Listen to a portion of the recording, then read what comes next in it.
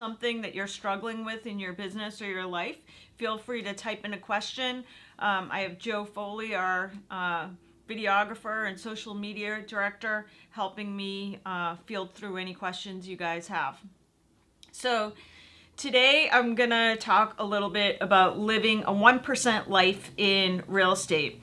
What sparked this for me is as I drive around Massachusetts doing recruiting presentations and meetings, I always have some sort of motivation that I'm listening to.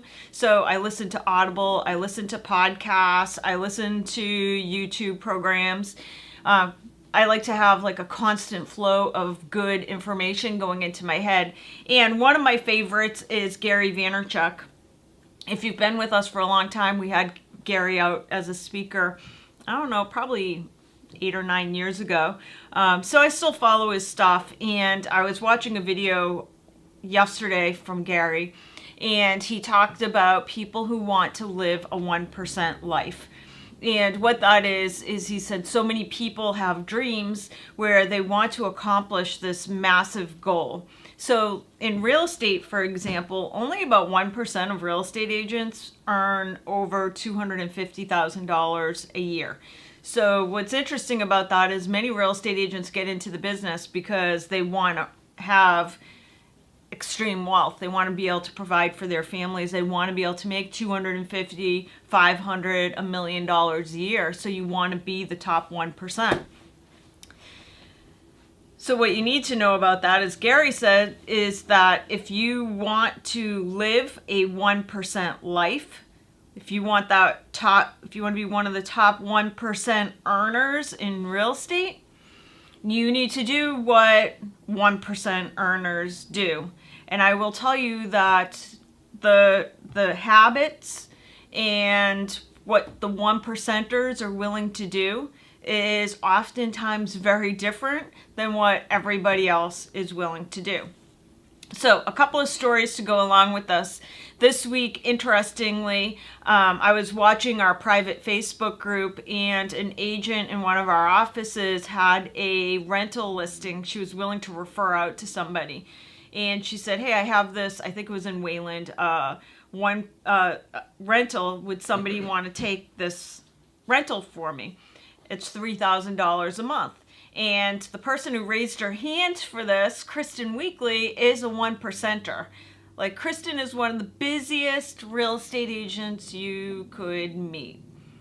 Definitely earning in the top 1% of real estate agents. And I saw her raise her hand. She said, yep, I'll take it. And I commented on it. And I said, you're crazy. You already have so much business, and you raise your hand that you're willing to take this rental. Because what I would tell you is that there are a ton of agents in our company who would never raise their hand, even though they say they want to do business, even though they say they want to be a $100,000 earner or a $250,000 earner, they would not raise their hand to a measly little rental.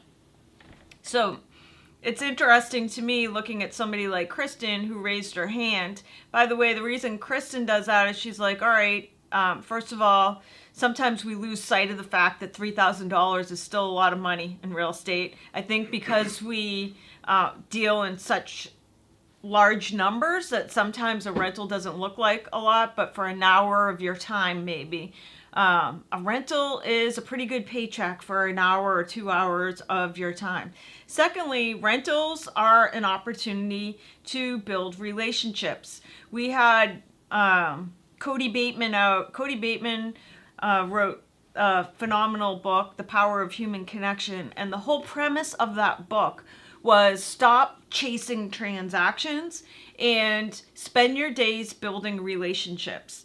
And one of the reasons why people run away from rentals is because they're like, oh, it's not enough money, it's a lot of work, I could go sell a house. But they lose sight of the fact that getting to work with somebody, finding them a rental or renting out their property for them is an opportunity to build a relationship with somebody who's eventually going to buy a house. So let's talk about some of the things that 1%ers do. Again, if you want to be one of the earners that's making 200, 300, 500, we have agents at our company earning over $1 million a year.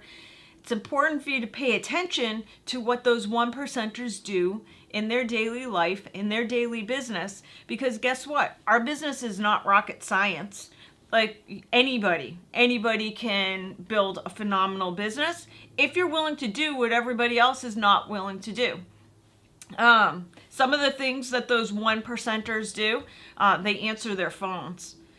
You want an interesting study? Pick random 50 real estate agents in your marketplace and call them. Call them from like a landline that they wouldn't recognize. I'd be willing to bet you'd be lucky to have one or two actually answer the phone. Most people just let their calls go to voicemail. Another story about 1%ers is, so I recently was sitting with this agent, and she's a newer agent, and she said, do you think it's possible for somebody to make $250,000 in income in their first year in real estate? And I said, it depends. Probably 1% actually make $250,000. 1% of new agents probably make $250,000 a year in income in their first year, just like 1% of all agents make $250,000. And I told her a story of an agent. So about 15 years ago, some of you might remember him, Charlie Doyle worked, at the time I owned a RE/MAX office, and Charlie came to work, and he was a brand new real estate agent, and his goal was to earn $250,000 in his first year at our company. And he did, and he was on a mission. So from the day he started, he went to work. He did 4 open houses every weekend.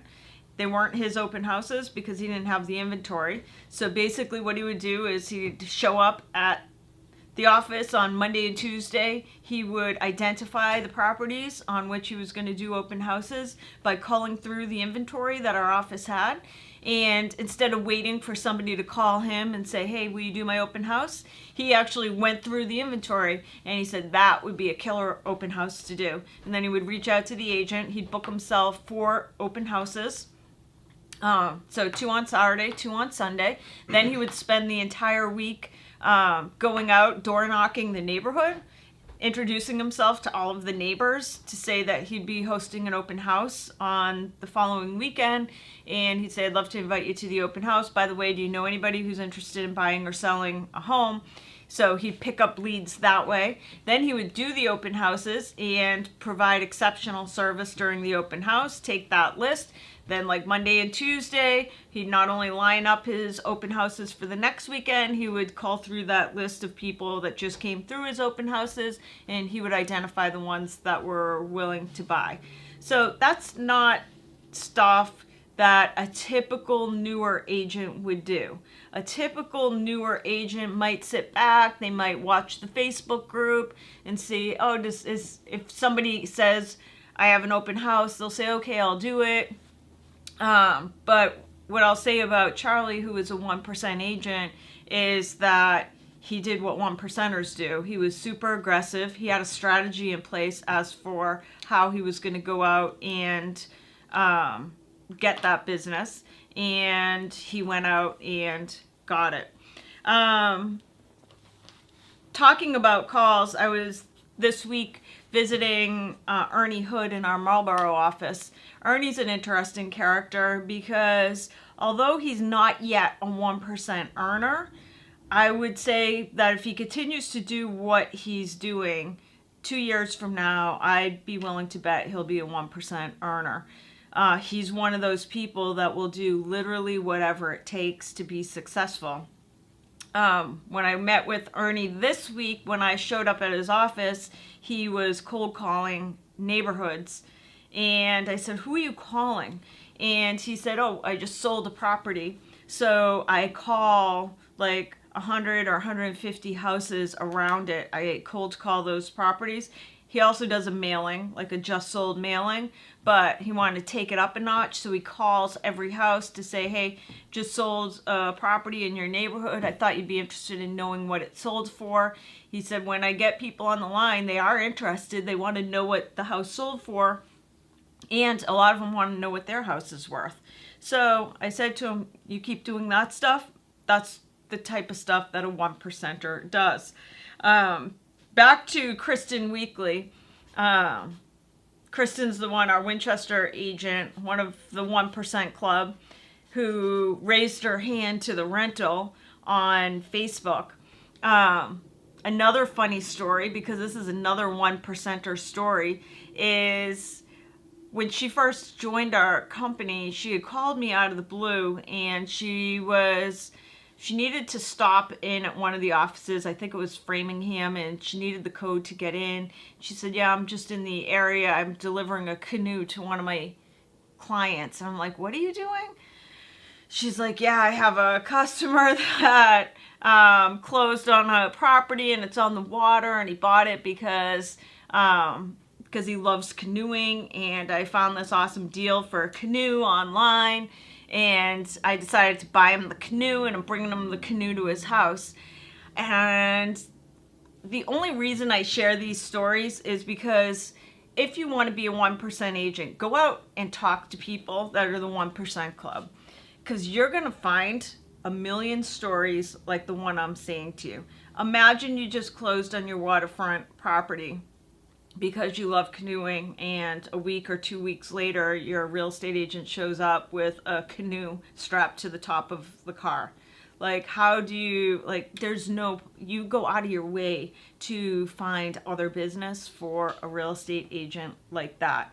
The next thing I'll say about the 1%ers, and if you have a chance, if you go on to our Career Den, I wrote a blog not too long ago, and you can go into the search tab at the very top, and it's basically called a life hack, or bridging the habit gap. It's a simple life hack for achieving your big dreams.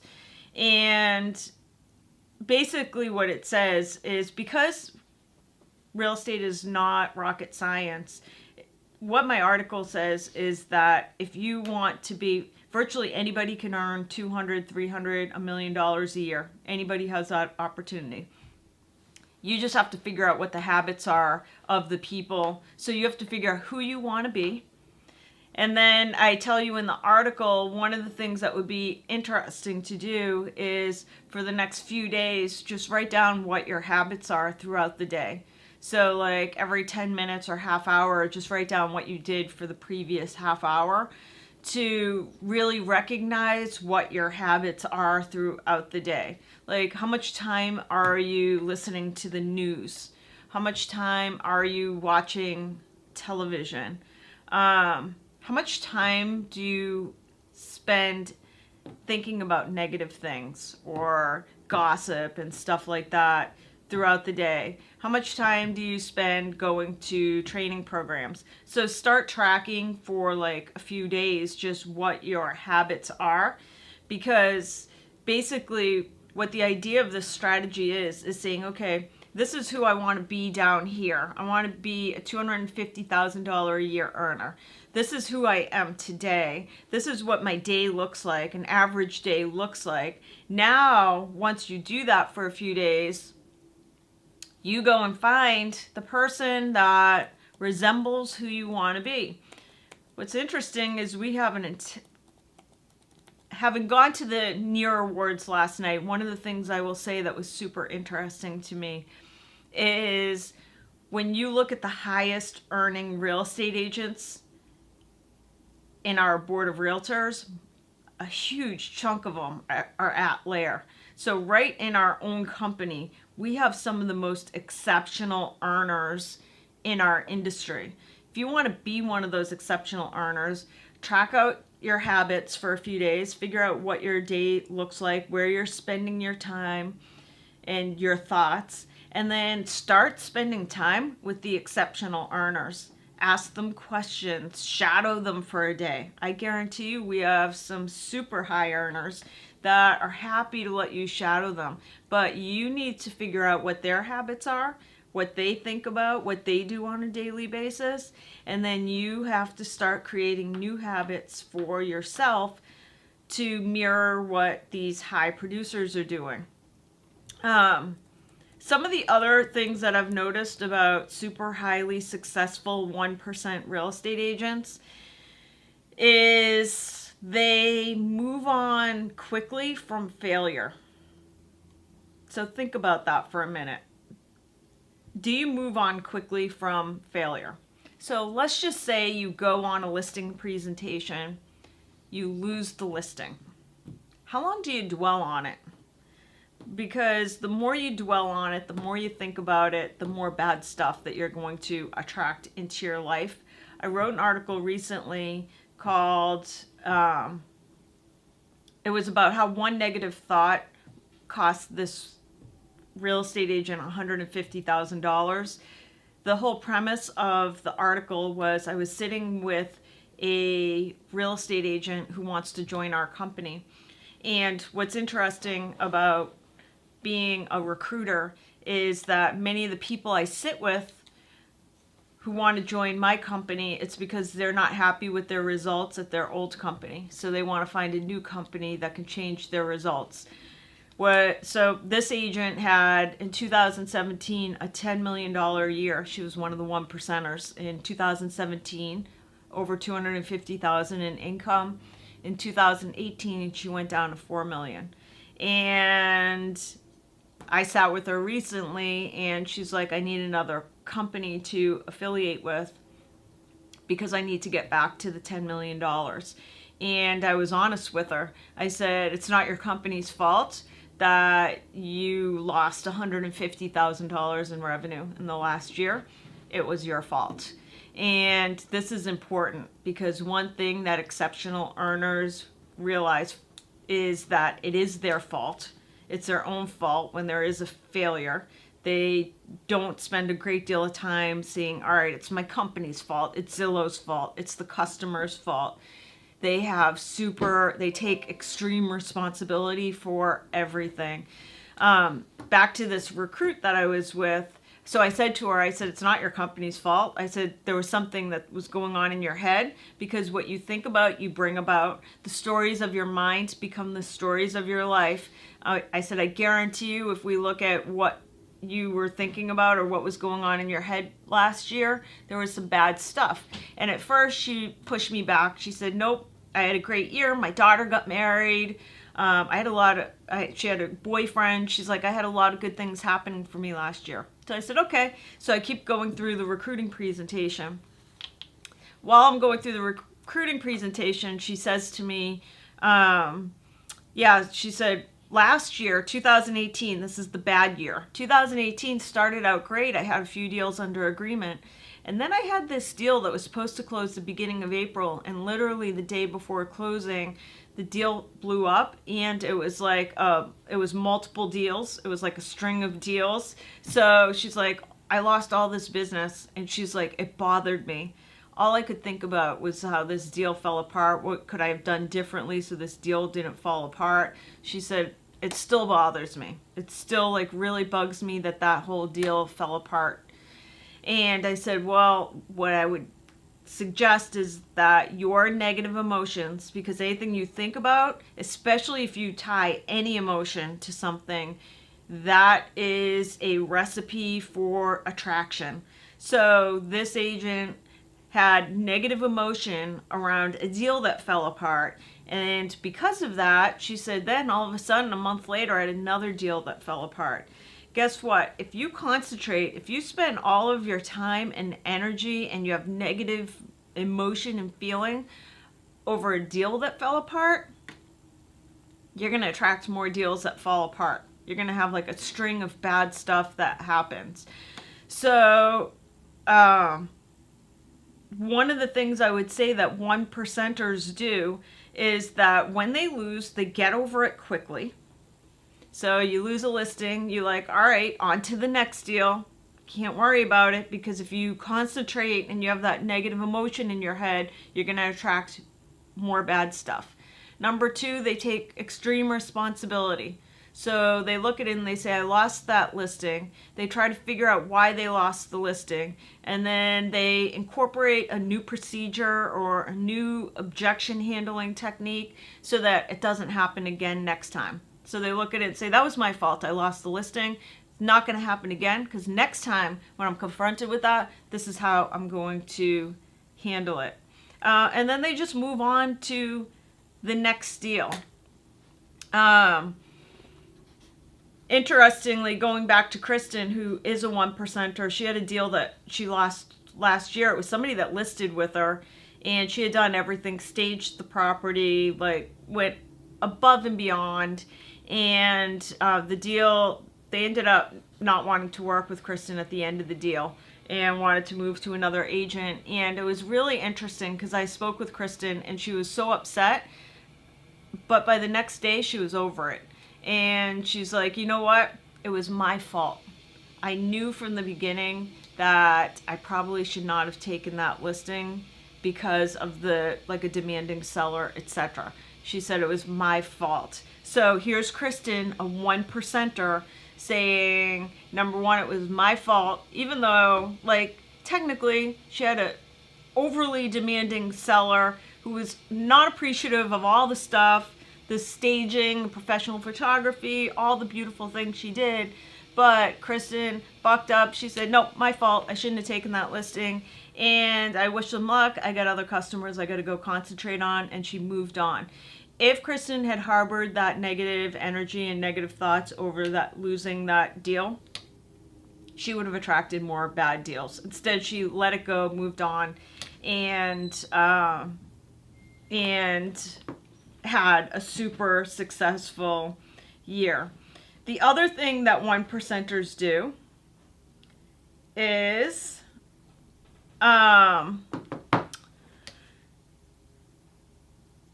they attend training. This is interesting to me. I wrote a blog about this. Eliminate the biggest expense in your business. So if you go onto the Lair Career Den, I wrote an article called Eliminate the Biggest Expense in Your Business. What is the biggest expense you have? The biggest expense you have in your business is the excuses you make. The reason I wrote the article is because Tom Ferry had come and done a 2-day seminar for real estate agents. And what was super interesting to me is roughly 6 of our agents attended the 2-day Tom Ferry event. I wrote the article and I pointed out that the people that attended the event, like Lori Grant, $5 million producer, Vera Oliveira, $10 million producer, Colleen Murphy, Beth Pulauskas, $35 million team, Justin Mello, $32 million team, Jessica Preventure, $7.5 million producer. 1%ers, so those are all 1%ers. All these people are earning, their average here is well over $250,000 in earnings for the people that found the time to attend. There's a lot of people that want to be the 1%. The people that want to be the 1% are the ones that have 5 billion excuses as to why they couldn't go to the event. It was a school vacation week. I have a home inspection. It's too expensive. I'm too busy. It's too far away. It's spring market. It's just a sales pitch for coaching. I went last year. I already know what he's going to say. Those are kind of the excuses that I hear from people. Guess what? 1%ers don't make excuses because there is an absolute cost to your excuses. So if you look at it, like I spoke to Lori Grant. What was interesting about Lori to me, she's newer to our company, but she's been in the business for a few years. Lori Grant is a 1%er. She came, I forget where she lives, but it's far away. It took her 2 hours to drive to the event. She has kids. She's like, I had to juggle so hard to get to that event, but I knew that if I went to that event, I was going to take away a few things that were going to help me in my business this year. So I just want you to know that when opportunities are presented to you, you have a choice. You can say yes or you can say no. I just want you to realize that potentially there's a cost to saying no, and that there is you can almost put a dollar amount on what it is your excuses cost you. And one of the things you would note about the people that are the 1% in our business, they figure out a way. Believe me, like Justin Mello, Colleen Murphy, did they have home inspections, or did they have kids that were home on school break? Did they have to drive? Did they already go last year? Of course, all of those things are true, but they still showed up because they realized that there was a cost to not showing up. Great book to read as we close out. I want to keep these fairly short, so we're running at about a half an hour now. So I want to close it out. Great book to check out is a book called Atomic Habits by James Clear. And it's all about, basically the whole premise of the book is that each of us as human beings have a million decisions that we have to make every single day. And those decisions, every decision we make is a vote. It's us voting for the person we wish to be. So if you have huge dreams and huge goals, you want to be a 1% agent, then every single decision you make is you voting for or against becoming that person. So with that, I will leave you till next Friday. Thank you for joining us for our first Friday coaching session. Have a great week.